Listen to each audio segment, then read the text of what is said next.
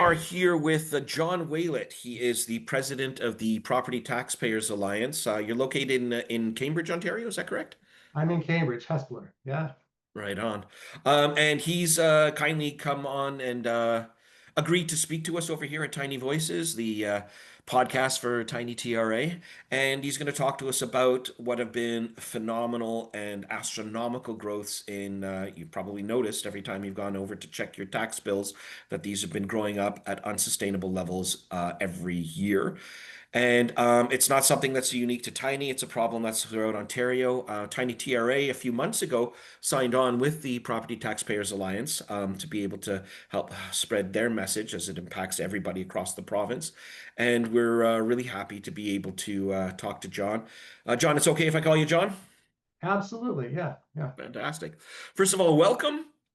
And yeah, tell us a little bit about yourself before we get into the actual issue here. So who are you and how did you get into this the issue of the taxation beyond inflation? Well, yeah, I mean, I'm retired and I started the Property Taxpayers Alliance in response to my property taxes going up on my home at twice the inflation rate for 20 years on average. And on And a fixed income. yeah, I mean, then that's when I did a little homework, I found out that that was happening in many municipalities across Ontario. Um, So I'm retired. I had a career in engineering in a communications company. Did a lot of traveling and saw a lot of the world. And Canada still is a great place to live. We've got issues, but we'll figure it out. Agreed. Um, you know, um, but I'm watching homeowners and property tax arrears going up and up and up. People are being really stressed, and lower income households in particular, with the affordability issue, with property taxes going up at rates that exceed the rate of their income growth significantly year after year. And it erodes away their limited disposable incomes, their ability to put food on the table, their ability to buy clothes, whatever. And some, sadly, are actually having in the region of Waterloo to sell their homes and move out of the region. So yeah, I talked to a couple of neighbors and friends, and we thought, geez, we should do something about this. And so we decided to organize. We organized the Property Taxpayers Alliance. We incorporated. We're a not-for-profit corporation in Ontario. We are an association, the Property Taxpayers Association. So we're an association of groups across Ontario municipalities. So those groups like yours, Tiny TRA, and Allen's in the region of Niagara region, those groups have joined us to bring a clear message to Rob Flack and to the province and to the municipalities themselves that we cannot afford property taxes going up at twice as fast as our income every year. And we want it to stop, do something. Everybody recognizes this is not sustainable from the top to the bottom, everybody, but Yeah. nobody seems to be taking any action to do anything about it. And we're It's saying we want Rob Flack to prepare a plan, put a plan together that's going to get property taxation increases year over year back down in line with our income increases so we can keep our homes, so we don't keep getting, downsize the municipal governments, create greater efficiency and effectiveness in them. The efficiency and effectiveness of the use of our property taxes by the municipalities across Ontario is absolutely a shambles. And yet nobody acknowledges this and takes a look at it. And, we could go over a number of examples. I could provide you where there's an opportunity to improve the efficiency and effectiveness of the Ontario municipalities. But of course, that's a pretty extended discussion. So there's some Yeah, background in we that. would like to be able to provide links to those types of things because that's of course it's one thing to be able to come out and say that this has to stop, But what I've particularly liked about your approach, and I guess our approach, as we're part of this association as well, is the fact that there are concrete solutions on the table. It's not just going out and complaining for complaining's sake.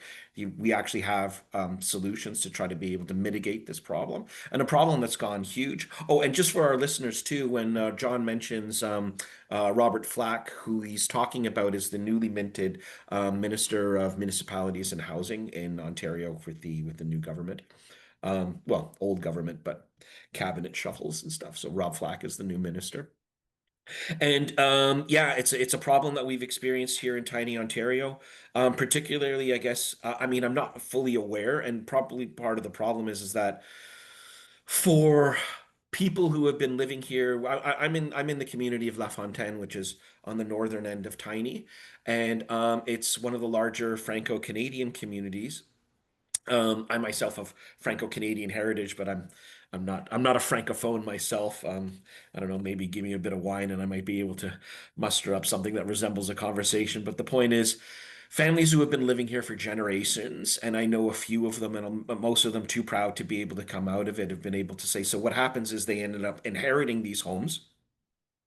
And when we look, the average income in Tiny is about $52,000. So that means, given a huge range of like top Canada, top income earners versus what would be at the lower end, and families that simply just cannot afford to be able to maintain homes that have been in their families for generations and have been forced to be able to move out so that they're renting in neighboring Penetanguishene or Midland and stuff like that.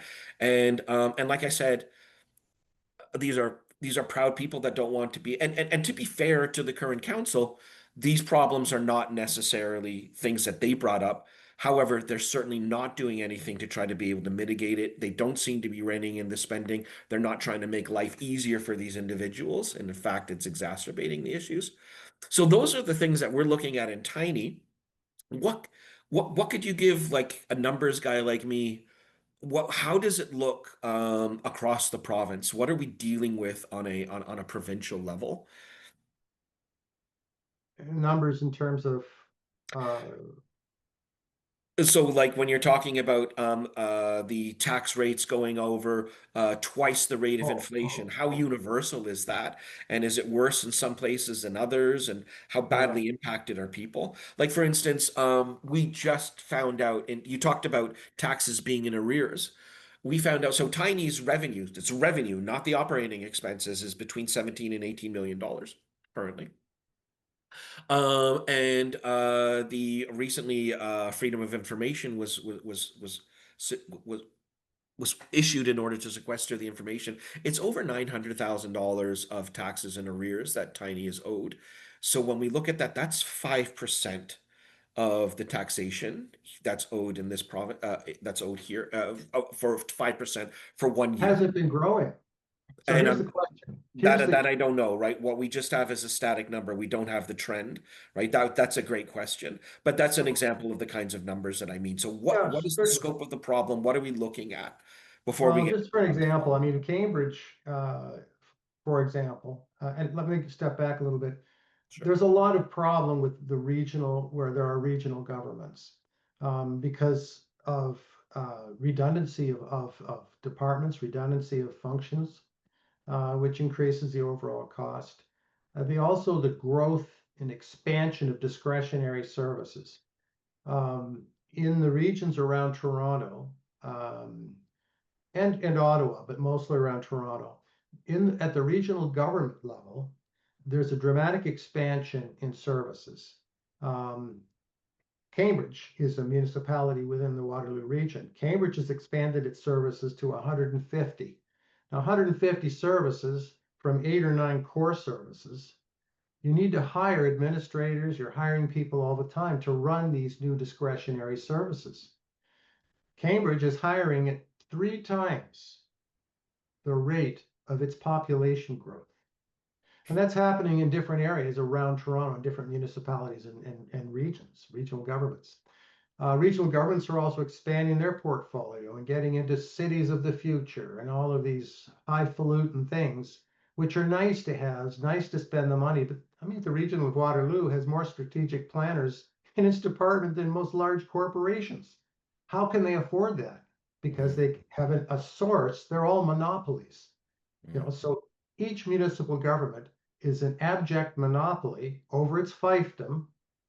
And whenever they run out of money, instead of saying, well, let's run more efficiently, they just raise taxes.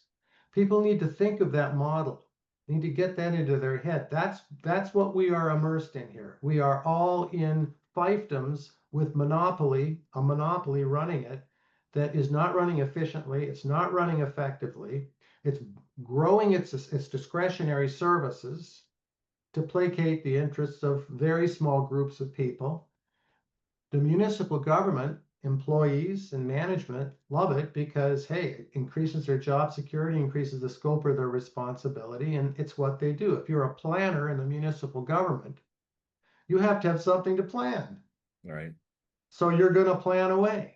If you're a social worker in the regional government of Waterloo and you're helping homeless, and we aren't against helping the homeless, but the point is that social worker has a job because there are homeless.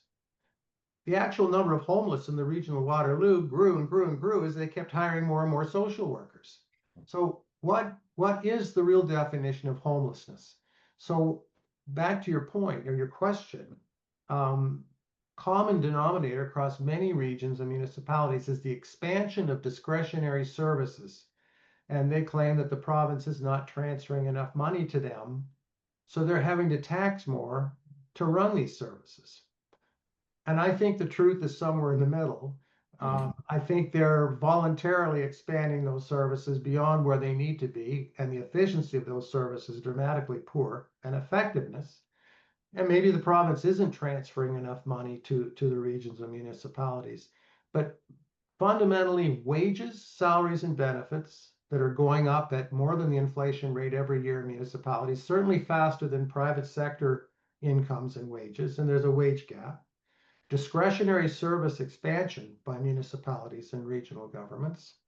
And thirdly, inefficiency, the redundancy of planning in Cambridge and planning at the regional level. They're both planning. Do we need two planning departments?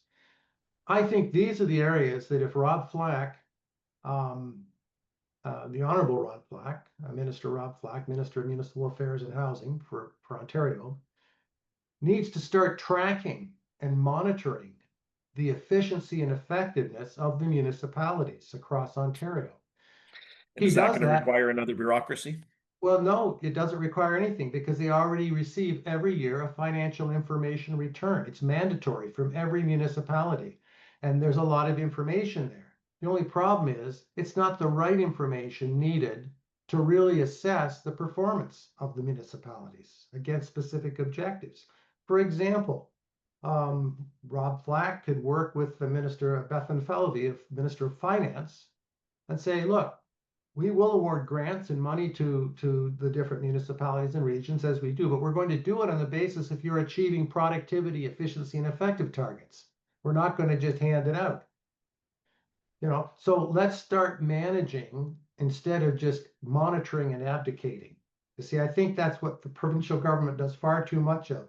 Mhm. It monitors and it abdicates. We're saying monitor and manage, do something, take action. But at the end of the day, the bottom line message is if you keep allowing property taxes to rise faster than people's incomes, more and more low income households are going to be hurt, thrown out of their homes. They can't afford it. And there's going to be an uprising on your hands. It's Yeah. going to be out of control. You got to It do sounds like, well, yeah, uprising. And you're using language too that would be, when you're describing it as a fiefdom, I suppose this is a neo-feudal model that you're sort of that you're this. putting Yeah. out there, right? Okay. Essentially, it is. I mean, it's a 21st century neo-feudal model, but Right. that's what we have. And so when we look at so you're already wandering into the solutions territory, and I love that.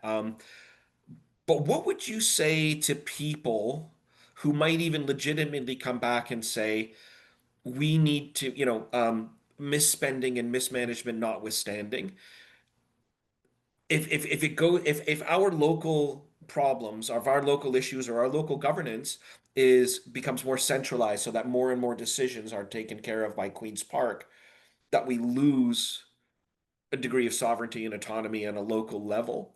Um, how would you address somebody who brings up an issue like that? You know, that Okay, we well, know what our problems are in Tiny. We don't need people in Queens Park coming down and trying to be able to tell us what to do, except yeah, when we, I don't well, we think, try to be able to get them to do that and they yeah. won't. Well, in answer to your question, Eric, I'm not suggesting we centralize any power. I'm saying do your job. Mm, I'm saying to the province, do your job. They are responsible for the municipalities and the municipal governments. That's why we have a Minister of Municipal Affairs and Housing. yeah.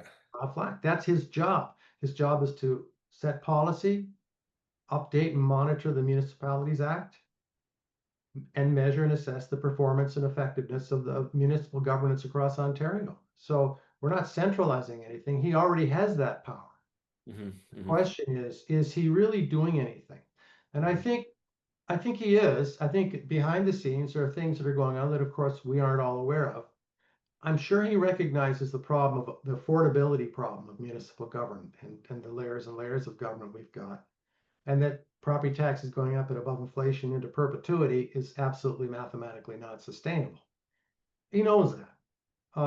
But he needs to start acting. He needs to start being visibly active, doing something. Paul Calandra came before him, his predecessor, and I went and presented at a meeting that was involved the provincial government and Waterloo Region in January 2024. And nothing came of it. I mean, there was all these discussions. The mayors presented, special interest groups presented, provincial representatives talked. It was all about, should there be some degree of amalgamation or change, and then nothing. We didn't hear anything. Then there's a transition of power to Rob Flack. Um, they need to, if they've decided not to do anything, tell us. If they've decided to make some changes, tell us. If they're decided they're going to implement some changes, tell us. But we're hearing nothing. That's what I'm saying. They need to do their job and let us see it. There needs to be visibility. And Um, by they, you mean not just the municipal politicians, but you're also talking about the powers that be at the provincial level. Absolutely, the provincial level. I believe that we need to have distributed, decentralized decision making. And there needs to be the ability for local people to elect local people to represent them.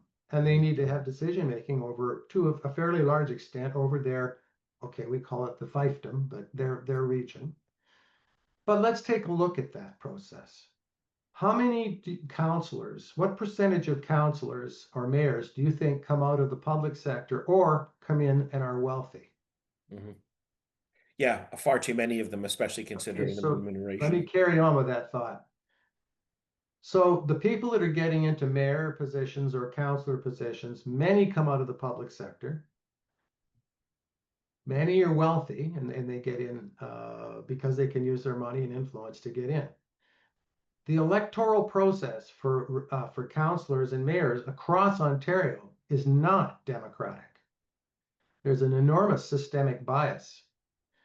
72% or 78% of homeowners in Ontario are private sector workers. 22% are public sector workers. Now, public sector workers retire on average in their 50s. Full pensions, benefits till they're 65, paid for them.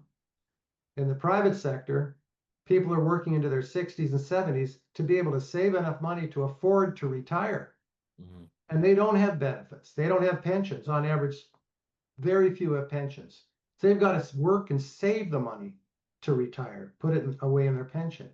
They don't have benefits paid for them till 65 if they retire early. So who do you think is in the best position to say, well, what am I going to do now? Oh, I'll run for council. The 22%, the people that have got guaranteed security, they're young enough, they're healthy enough, they've got the time, they've got pensions, paid full pensions, not reduced because they retired at 65, before 65, and benefits paid for them until 65. Those people, so that's one of the reasons there's a significant over representation of people that have retired out of the public sector, generally the municipal public sector, but sometimes provincial, but mostly municipal, from the fire departments, police departments, educational people, or people that have worked in the municipal government. very few people in the private sector that aren't wealthy get into those kinds of positions. They can't afford it, or they can't afford the time because they're working.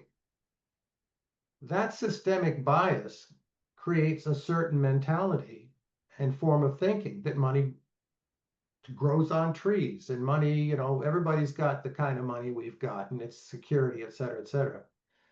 That leaves out a lot of people. That is the problem with the electoral process at the local level.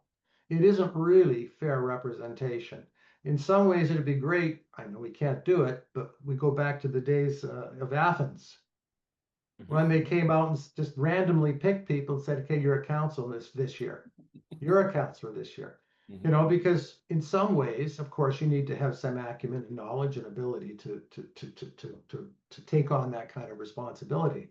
Yeah. But on the other hand, it did address this issue of incredible bias in what supposedly is a democratic process. And that problem exists in the municipalities across Ontario, right?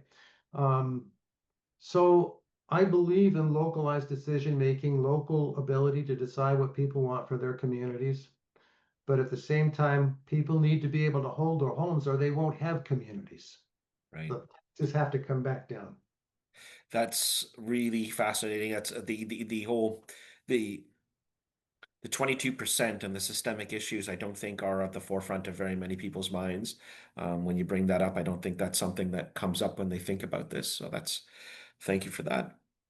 When we look at the mechanisms that exist that should be able to do stuff. Do you see ways to be able to empower perhaps like the ombudsman or the auditor general or something? Like, for instance, in our own efforts in Tiny, what we've realized is that even if the ombudsman does find that there are overreaches or something, there's very little that they can actually do in the end. And the auditor general, if you're going in for something like a value for money type of perspective, then the spending that happens, it's very much the spending already has to happen, and then you have to establish that the money has been misspent. So it's always a question of sort of like fixing the hen house after the foxes have been inside kind of situation. With that being the situation, are there existing institutions that you could see being reformed to be able to help us out when we're in these situations, to be able to rein in that spending? Well, that's a good question. I'm not a big believer in government appointed ombudsmans, and I mean they're basically For good reason. police supervisory boards, because these people are basically assessing themselves, right? It's Yeah.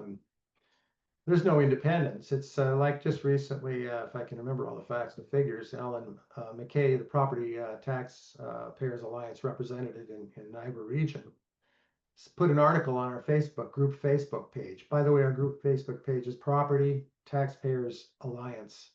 But he put an article on I'll there put where, that up on the screen and I'll make sure there's a link as well. Thank you. Yeah. yeah, thanks. Yeah, and the website, by the way, is just propertytaxpayer.ca.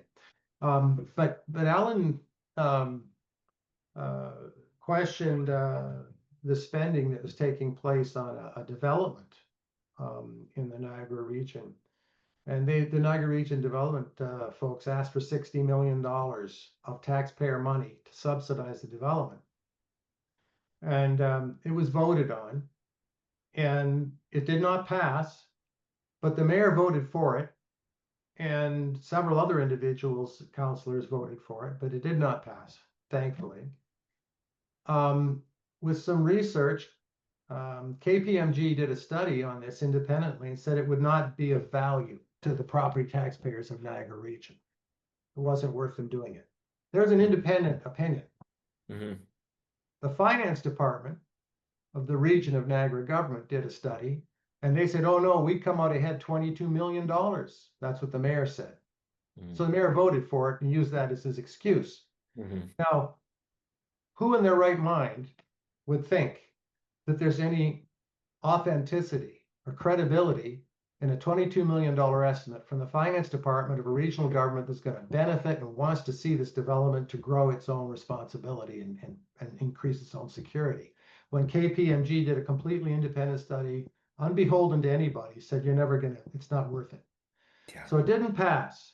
But there's an example of going back to the ombudsman and the government appointed, I don't really believe there's a group that could help us carry this message forward. Most of the groups that like we could consider are under the thumb of the province or in some way beholden to them. We need independence.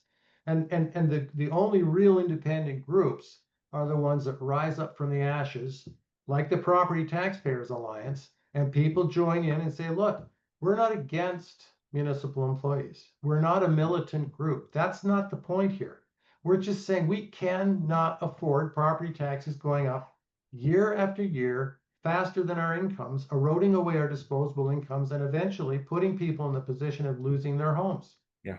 We need greater efficiency, greater effectiveness in municipal government. Restructuring, find a better way.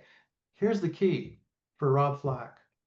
He needs to create competition between the municipalities. As I said earlier, they're monopolies. They're abject monopolies with total independent control over their fiefdom. And every time they have a cost overrun on a building or a project, taxes go up, taxes go up.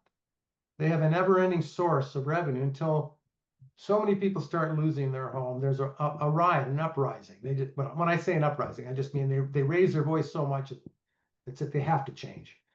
So are they sitting and waiting till that cry gets so loud that they finally do something? Or are they going to get proactive and start fixing this problem now?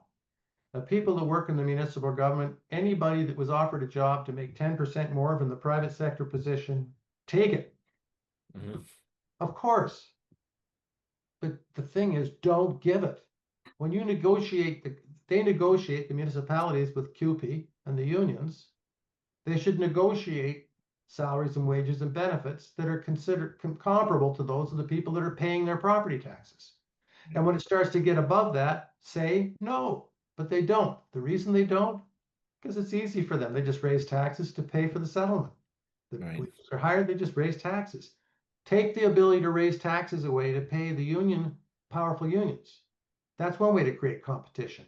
Rob Flack needs to create competition between the municipalities and within the municipalities. And once they start seeing competition, they're going to start correcting the problem, increasing efficiency, increasing effectiveness, better value for money. That's what we're looking for. So will it be done in the next year or two? I don't think so. But in time, I think we can bring change about. And ideally, of course, what we could see would be an economy that would be healthy enough to be able to see people in the private sector creating, standards of living that would be comparable then to things in the public sector. But when we have the sustainability issue, this is not healthy for the economy at large, right? It makes it difficult to look across the board in order to be able to achieve a sustainability. It's a sustainability issue. So, what kind of case studies, what kind of horror stories have you got for us? If you got one or two of the more egregious examples of things that have been going on that have come across your path there. Well, I'm not really a collector of that kind of information event. I mean, I think every municipality can talk about programs that went terribly awry and the costs were incredibly excessive. Like Tiny's new administration building. Hmm. I don't know how much that's going to end up costing you in the long run, but I'm probably going to be proven right that they're going to be over budget by a considerable amount. So Oh, what yeah. you're being told that your property taxes are going to go up many years to pay for that, I'm sure they're going to go up even higher. Yeah.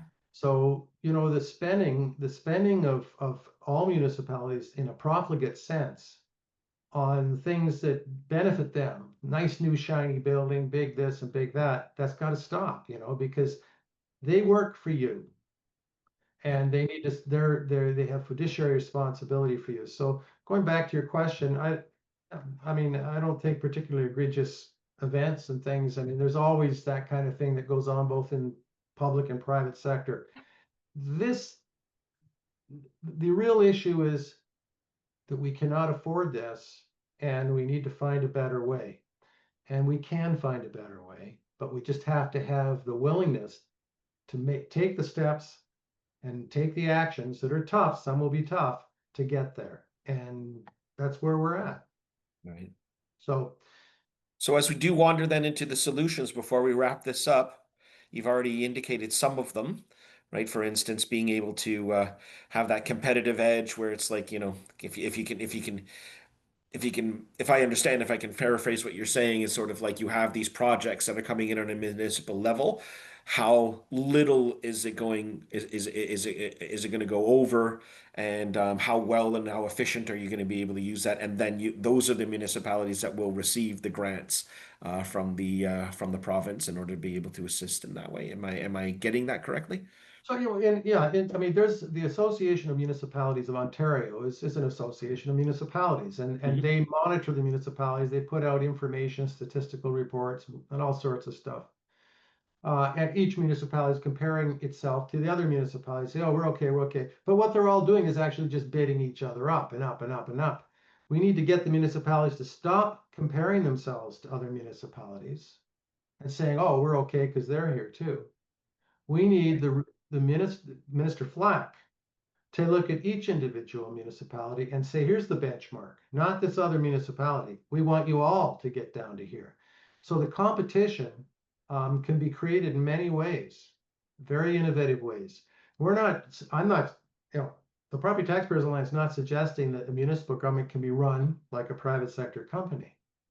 But we are suggesting that there's a lot more they can do to bring efficiency up and effectiveness up through creating some competition, by creating targets that they need to achieve in order to get grant money transferred to them, things of that nature. Right. And I think Rob Flack needs to step that up a very significant amount, and it needs to be visible to the public. I mean, as a property taxpayer and a provincial taxpayer, I'm funding the provincial operations, including Rob Flack and Minister Bethlyn Falvey. We want to see them reporting back to us because they are responsible for the municipalities. We want them to report to us, are the municipalities efficient? Are they Right. inefficient? What is your position? What are you saying? And if you're saying they're efficient, we disagree with you. If you're saying they're not efficient, then what are you doing about it? Right. That needs to be clear on their website, and we need to be able to go look at it and see it. We aren't getting any of that feedback. There's no closed loop back to the taxpayer. Yeah. It needs to be. And that's democracy. And that of course would impact how people vote too, in the long term as well. It wouldn't just be a question of like this. My concern now would be, the next cycle in the municipal elections, and then the next people come in and nothing fundamentally changes. I'll tell you one thing that would be very, very effective to start monitoring the extent to which municipalities and regional governments are contributing to homelessness. Hmm. Yeah. As they keep raising property taxes, people that rent are paying property tax. They're just paying it indirectly to the landlord. Right. Landlord gets a tax increase, he just passes it on to the extent possible the renters. And eventually the renter can't afford the rent and they're out on the street. So To the extent that they can, of course. Ontario does have rental caps, right? So they're they do, but they do it to the extent they can. And the yeah. people that are being passed on may not be getting wage increases. So they're disposable incomes. So the regions are absolutely contributing to homelessness. They won't acknowledge it, but they Right. are. And so the more money you leave in the pockets of the private sector, sorry, just one second. Yep. The more money you leave in the pockets of the private sector, and the more money there is to create jobs, start businesses, and create employment for people. The more money you take away from them, give to yourself, and take 60% of it before you even spend any of it back for the program that it was intended for. Yeah. The That picture's gets clear. back to my economic health point of a few minutes ago. Thank you, John. Before I let you go, your frustration is palpable and it's shared not just by me, but by a lot of people here in Tiny Township. But am I off in saying that I think, like, I'm detecting a note of optimism underneath there? You seem to have hope, And is that a fair assessment? It certainly is. I think Canada's, a great place. Ontario's a great place. We've got good people running our country, running our province. We have people that differing points of view, and that's great because that's what creates democracy. But we also have challenges. And for the homeowners, there's nothing more challenging than facing losing your home, Yeah. especially lower income households. And to think about having less and less money, or seniors who are living on OAS and CPP in a nice home, it's not their fault. They've been there for 40 years. If their house has gone up dramatically and their taxes gone up dramatically, their income hasn't. And some of these people are eating carrots and crackers. They can't afford food, but they're hanging onto their homes, living there. Yeah. That's not right. No. So I am hopeful, but we need to take care of those people. And you can't, by the way, every municipality has, a relief program, but you essentially have to sell your car, sell everything you've got before you can ever take advantage of it. It's Right. draconian. That's not a relief program. So yes, thanks, Eric. And I guess the one last thing before I go, is there anything large that I've neglected through the course of this conversation? Anything that you'd like to be able to bring up that I think we covered the basics and the most important points, but if there's anything that we've missed so far that you'd like to be able to bring up?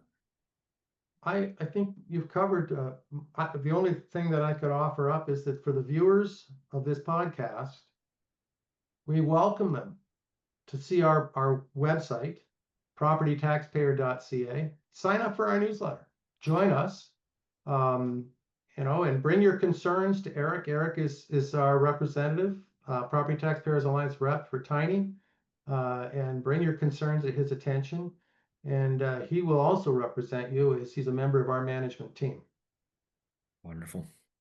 All right, John, thank you very much. Thanks for all the great work that you do, and let's stay hopeful. And yeah, this isn't just about, crapping on the system. It's genuinely about building a better, more livable Ontario for Tiny, for Cambridge, and all those other places. And thanks once again for your efforts. And let's hope for the best, right? But not just hope. Let's work for it. Absolutely. Thanks, Eric. Thank you very All right. much. Take care. Bye now.